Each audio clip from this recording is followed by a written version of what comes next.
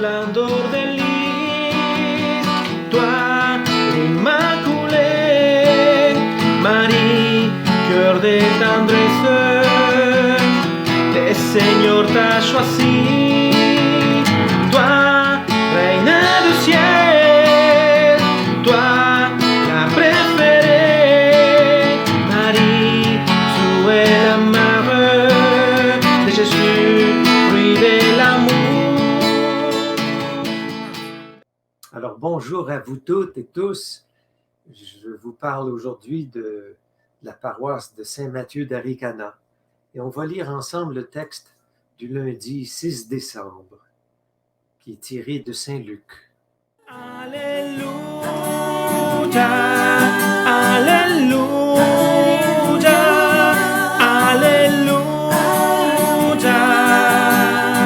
gloire à toi, Seigneur. Un jour que Jésus enseignait, il y avait dans l'assistance des pharisiens, des docteurs de la loi, venus de tous les villages, de Galilée et de Judée, ainsi que de Jérusalem. Et la puissance du Seigneur était à l'œuvre pour lui faire opérer des guérisons. Arrivent des gens portant sur une civière un homme qui était paralysé. Ils cherchaient à le faire entrer pour le placer devant Jésus. Mais ne voyant pas comment faire à cause de la foule, ils montèrent sur le toit en écartant les tuiles et ils le firent descendre avec sa civière au plein milieu devant Jésus. Voyant leur foi, Jésus dit, « Homme, tes péchés te sont pardonnés. » Les scribes et les pharisiens se mirent à raisonner. Qui est-il celui-là? Il dit des blasphèmes. Qui donc peut pardonner les péchés sinon Dieu seul? Mais Jésus, saisissant leurs pensées, leur répondit, « Pourquoi ces pensées dans vos cœurs? Qu'est-ce qui est le plus facile? Dire, tes péchés te sont pardonnés, ou dire, lève-toi et marche? Eh bien, afin que vous sachiez que le Fils de l'homme a autorité sur la terre pour pardonner les péchés, Jésus s'adressa à celui qui était paralysé. « Je te le dis, lève-toi, prends ta civière et retourne dans ta maison. » À l'instant même, celui-ci se releva devant eux, il prit ce qui lui servait de lit et s'en alla dans sa maison en rendant gloire à Dieu. Tous furent saisis de stupeur et ils rendaient gloire à Dieu. Remplis de crainte, ils disaient, « Nous avons vu des choses extraordinaires aujourd'hui. » Alléluia, Alléluia, Alléluia, gloire à toi, ô Seigneur. Dans cette parole que nous venons d'entendre, il y a un début de scène qui est très, très, très beau. On voit 4 personnes dont Jésus nous dit qu'ils ont beaucoup de foi, qui accompagnent une personne handicapée. Et il trouve une façon, avec l'astuce, de descendre cette personne handicapée aux pieds de Jésus. Simplement, cette scène-là mérite d'être regardée, parce qu'elle correspond à ce qu'est une communauté comme Jésus l'aime. Des personnes qui se rassemblent et qui prennent soin de quelqu'un de plus faible et accompagnent le plus faible proche de Jésus pour qu'il rencontre Jésus. C'est ce que Jésus demande de toutes nos communautés.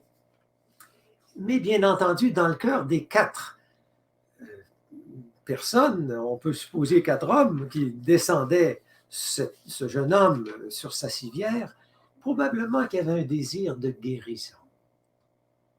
Et ce qui est donc étonnant, c'est que Jésus dise à la personne ayant un handicap, « Tes péchés sont pardonnés. » Et l'évangile qu'on vient de lire nous laisse dans un silence complet. Personne s'émerveille que les péchés de la personne ayant un handicap soient pardonnés. Au contraire, il y a un silence et il y a les scribes qui, eux, commencent à murmurer en quelque sorte entre eux, ont toutes sortes de calculs intérieurs, se disant « Jésus, il blasphème, Dieu seul peut pardonner. » Et c'est pour répondre à ce mouvement dans la foule qui est là, qui est comme de doute et que Jésus dit, qu'est-ce qui est le plus facile? De dire tes péchés sont pardonnés ou de dire lève-toi? Et Jésus, pour leur donner un signe qu'il a vraiment le pouvoir de nous libérer du péché, il dit à la personne qui a un handicap, lève-toi, marche. Et effectivement, le jeune se lève, se marche, et Jésus dit, va à ta maison. Mais revenons un peu à la première parole de Jésus. Tes péchés sont pardonnés. Pourquoi Jésus, sachant bien le désir de guérison qui est en chacun de nous, et dans la personne qui a un handicap aussi, et dans les quatre qui l'accompagnent, Jésus dit, homme, tes péchés sont pardonnés. Si on y regarde de près, Jésus fait quelque chose d'extrêmement beau. Il restaure la personne qui a un handicap dans toute sa dignité. Il en fait un disciple d'une certaine façon. Il lui dit, je peux te libérer de tout ce qui est péché en toi, de toute haine, ressentiment, colère, de tout peut-être ce qui fait que tu as de la misère à accepter le handicap que tu portes. Je te libère de tout ça. Je peux te donner une vie de disciple, même avec ton handicap. Tu peux continuer à être mon disciple. Et d'une certaine façon, Jésus, en ayant cette attitude-là, dit à chacun de nous qui portons tous un handicap, on a tous un handicap en nous, qu'il soit visible comme celui de la personne sur la civière ou invisible. On a toutes sortes d'addictions, de difficultés à pardonner, de difficultés à aimer, à accepter les autres. On a des barrières, on a plein d'handicaps. Mais Jésus est en train de dire, je suis avec toi et je vais enlever toutes les charges qui sont attachées à ton handicap. Tu peux vivre dans la pauvreté qui est la tienne. Je ne vais pas guérir tous tes handicaps, mais je serai avec toi pour les porter et que tu les portes dans une certaine vie de disciple. Mais l'Évangile se termine et tout le monde est émerveillé. Non pas que Jésus pardonne, mais que Jésus guérisse. Et ça indique que les disciples, les quatre, et tous ceux qui sont là, doivent grandir pour devenir de vrais disciples. Non pas attachés au merveilleux et aux miracles, mais qui vont découvrir la merveille que Jésus peut faire dans nos vies en nous libérant de nos barrières et en faisant de nous des personnes qui savent aimer d'une façon libre, paisible, qui font l'unité autour d'eux. Ça, c'est la mission que Jésus veut nous donner. Toi, reina du ciel, toi, la préférée, Marie, tu es la mère de Jésus, fruit de l'amour. Vous savez qu'on chemine vers la fête de Marie, la mère de Jésus, le 8 décembre. Et donc, chaque jour, on aime célébrer quelque chose du chemin de Marie. Et aujourd'hui, j'aimerais qu'on regarde en quoi Marie a eu un chemin très semblable à nous en tant que disciples. Marie aussi, comme ceux qui transportaient la personne handicapée, a dû faire des passages pour arriver à une maturité de sa vie de disciple. D'abord comme parent, ça n'a pas été facile pour elle d'être la mère, non plus pour Joseph, d'être les parents de Jésus. On voit des scènes où il y a eu des tensions importantes, où il reproche à Jésus son comportement, où il lui dit, où l'évangéliste Luc nous dit qu'ils ne comprennent pas le cheminement de Jésus. Mais comme beaucoup de parents et qui doivent respecter le chemin que prend leur enfant, différent des attentes qu'ils ont sur lui. Marie a vécu ce premier passage nécessaire vers une maturité comme mère. Mais aussi, dès que Jésus a entrepris sa vie publique, Marie a dû apprendre à redécouvrir Jésus, comme chacun de nous. Et il y a beaucoup de scènes qui nous montrent une grande tension entre la famille de Jésus et Jésus.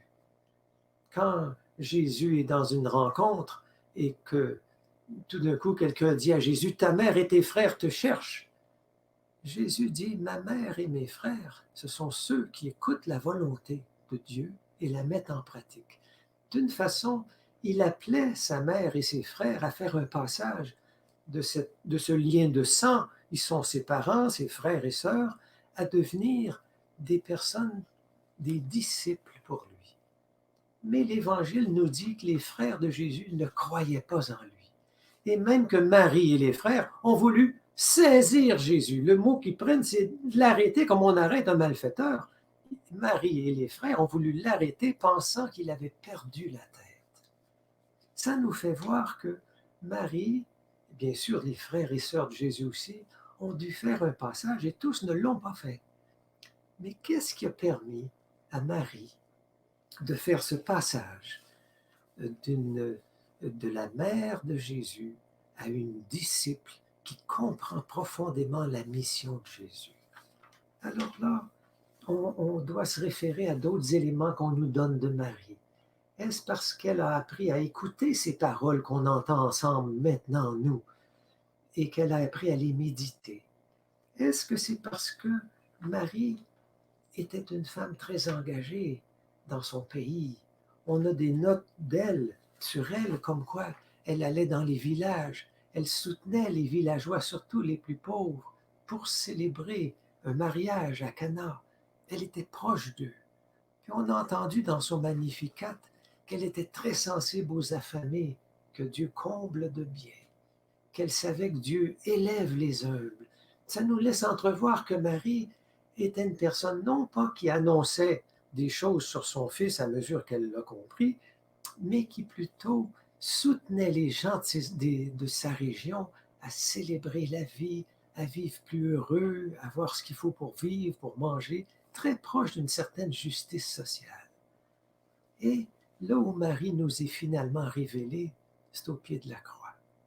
Alors là, Jésus est crucifié, il est mourant, c'est une scène épouvantable.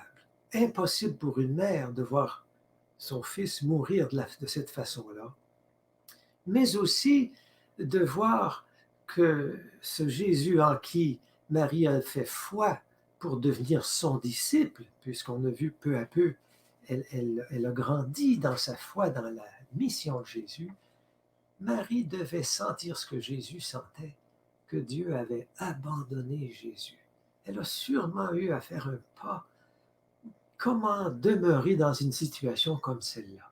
Et Saint Jean nous dit, elle était debout, laissant entendre qu'elle arrivait à porter ce doute sur l'abandon que Dieu a pu faire de Jésus, et en même temps de rester proche de son fils souffrant et de rester debout. Et c'est à ce moment-là que Jésus a une parole étonnante. Il dit à Saint Jean, « Voici ta mère. » À ce moment-là, il confirme la maternité de Marie face à un disciple, Jean, et face à nous tous les disciples. Et il se tourne vers sa mère et dit, « Voici ton fils. » Il oriente Marie à être une disciple qui soutient les disciples à sa suite. Alors ça, c'est une scène extrêmement belle et qui confirme qu'on peut se pencher vers Marie et trouver en elle l'inspiration pour être de véritables disciples de Jésus. Merci Marie d'être à l'écoute des plus petits, des assoiffés.